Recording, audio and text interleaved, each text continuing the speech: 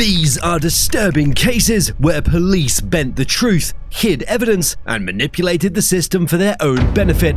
First up, a corrupt officer who lied under oath to save his career. Don't reach for it, then. Don't pull it out. Don't pull it out.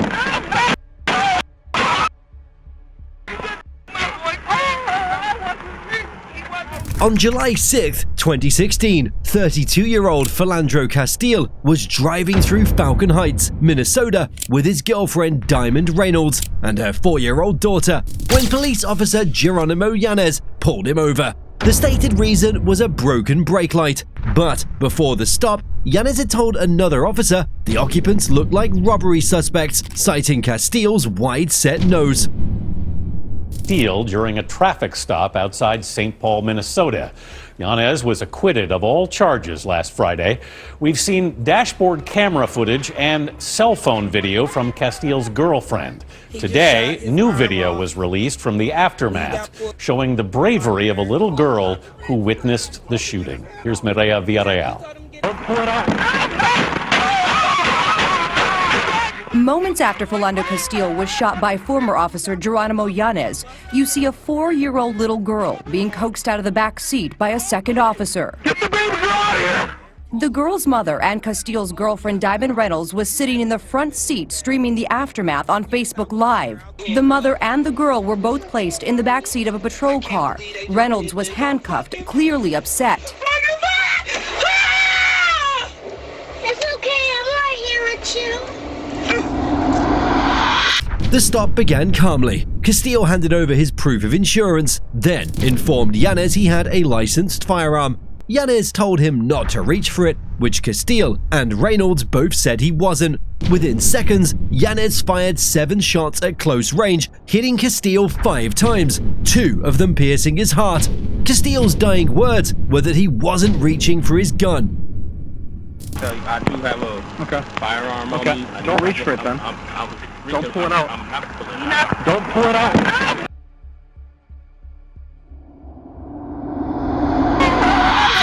Reynolds began live streaming the aftermath on Facebook, showing Castile bleeding in the driver's seat, while Yanez continued to point his weapon.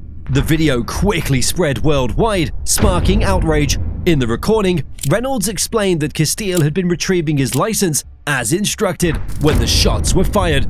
While she was handcuffed and placed in a squad car, her young daughter tried to comfort her, telling her not to scream so she wouldn't get shot.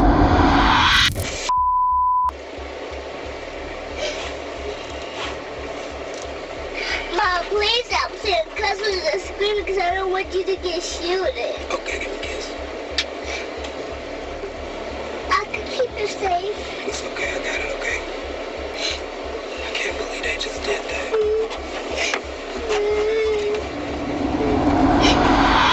In the days that followed, police reports and official statements painted a version of events suggesting Yanez feared for his life. He claimed Castile's hand movements made him believe a gun was being drawn, even though no witness, including his partner, saw a weapon in his hand. The gun was later found in Castile's pocket. Yanez's defense also focused on the presence of marijuana in the car, framing it as reckless behavior around a child, an argument many saw as an attempt to deflect from the shooting itself. When he saw Philandro Castile go for the gun, grabbing it out of his pocket, he thought that he was going to be killed. Public reaction was immediate and intense. Protests filled the streets of St. Paul and outside the Minnesota governor's residence, with demonstrations demanding justice and calling for a federal investigation. Over the following days, peaceful vigils gave way to clashes between protesters and police, resulting in arrests and injuries. I can't breathe. Where the policeman? I can't breathe. Lay down your weapons and your badges and listen to me. Shut it down! Shut it down! Shut it down! Our streets! Our streets! Our streets! Our streets! Our streets! Our streets! Our streets! Months later, Ramsey County Attorney John Choi charged Yanez with second-degree manslaughter and 2 degrees of dangerous discharge of a firearm, a rare move in Minnesota for a police shooting. Prosecutors argued Castile was respectful, compliant, and posed no threat. The trial began in May 2017, but after more than 25 hours of deliberation, the jury acquitted Yanez on all charges. The verdict fueled more demonstrations and deepened public distrust. You gotta go around left here.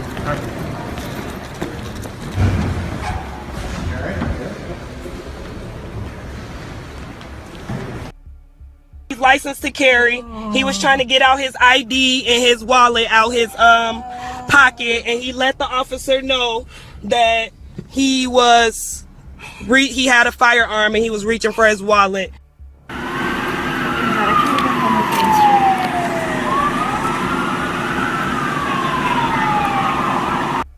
My son would never jeopardize anyone else's life by trying to pull a gun on an officer and the gun was not fire ready.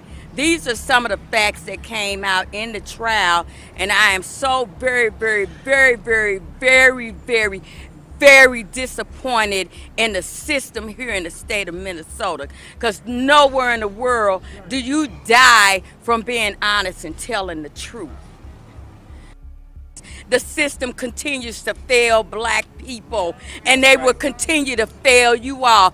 Like I said, because this happened with Orlando, when they get done with us, they're coming from you, for you, for you, and all your interracial children. Y'all are next. Shortly afterward, the city of St. Anthony announced Yanez would not return to the force, paying him $48,500 in a separation agreement. The city also reached a $2.995 million settlement with Castile's family. His mother, Valerie Castile, has since channeled her grief into advocacy, creating a foundation that pays school lunch debts and works against gun violence, ensuring her son's name remains a call for justice.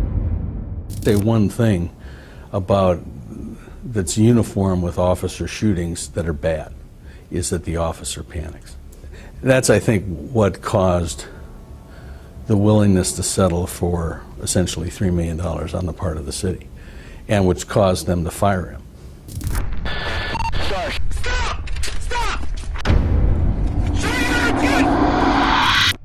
However, let's compare the corrupt actions of Officer Castile to the manipulative actions of Officers Terrence Masandel and Jared Robinette.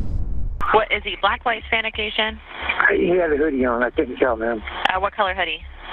It's black. He's black hoodie, and it looks like he has some kind of pants on, but they have like white stripes or white dots on them or something like that. You know what I mean? On March 18th, 2018, a quiet evening in Meadowview, Sacramento turned tragic when 22-year-old Stephen Clark was shot and killed in his grandmother's backyard by police officers Terrence Masandel and Jared Robinette. Police had been responding to reports of a man breaking car windows. Guided by a sheriff's helicopter, officers spotted Clark, who matched the suspect's description, and chased him into the backyard. Within seconds of confronting him, officers yelled commands to show his hands and then shouted, "Gun!" before firing 20 rounds. Clark collapsed on the ground. It was later revealed he had only been holding a cell phone. From the start, the police story wasn't straight. Initially, they claimed Clark had a toolbar and had posed an immediate threat. By the next day, they admitted it was a phone. The Sacramento County coroner report said Clark was shot 7 times, while an independent autopsy commissioned by the family found 8 wounds, 6 to the back.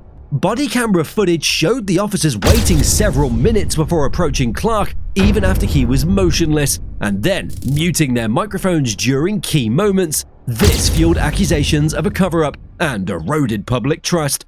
The shooting sparked massive protests. Black Lives Matter and local activists led marches that shut down Interstate 5 and blocked entrances to Sacramento Kings games.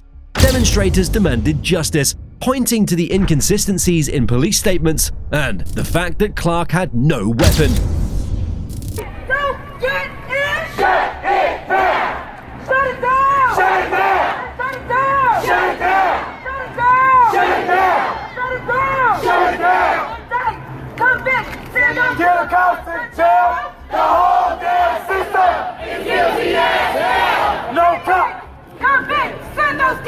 goes to jail. The whole damn system is guilty as hell. Same story every time. Being black is not a crime. Same story every time. Being black is not a crime. Same story every time. Being black is not a crime. Same story every time. Being black is not a crime. Whose streets? Our streets. Whose streets? Our streets. Whose streets? Our streets. Whose streets? Our streets. Whose streets? Our streets. Whose streets? Our streets. We don't get it. Shut it down. Shut it down. We shut you down. We shut you down. We shut you down. We shut you down. Shut it down. Shut it down. Shut it down. Shut it down. The unrest intensified after District Attorney Anne-Marie Schubert announced in March 2019 that the officers would not face criminal charges, arguing they had probable cause and acted within the law.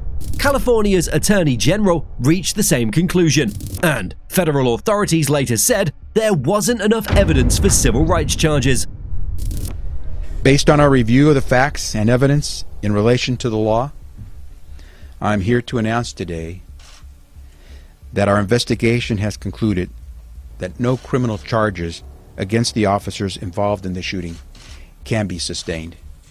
Civil rights attorney Benjamin Crump, representing the family, insisted the officers' actions and shifting accounts proved misconduct. Clark's family remained adamant that he was never given a real chance to surrender. In 2019, Clark's two young sons filed a civil lawsuit seeking $20 million. The city of Sacramento settled for $2.4 million to be paid when the boys turned 22. In 2022, the city also reached a $1.7 million settlement with Clark's parents. The case prompted policy changes, including stricter rules on muting body cameras and new guidelines for foot pursuits.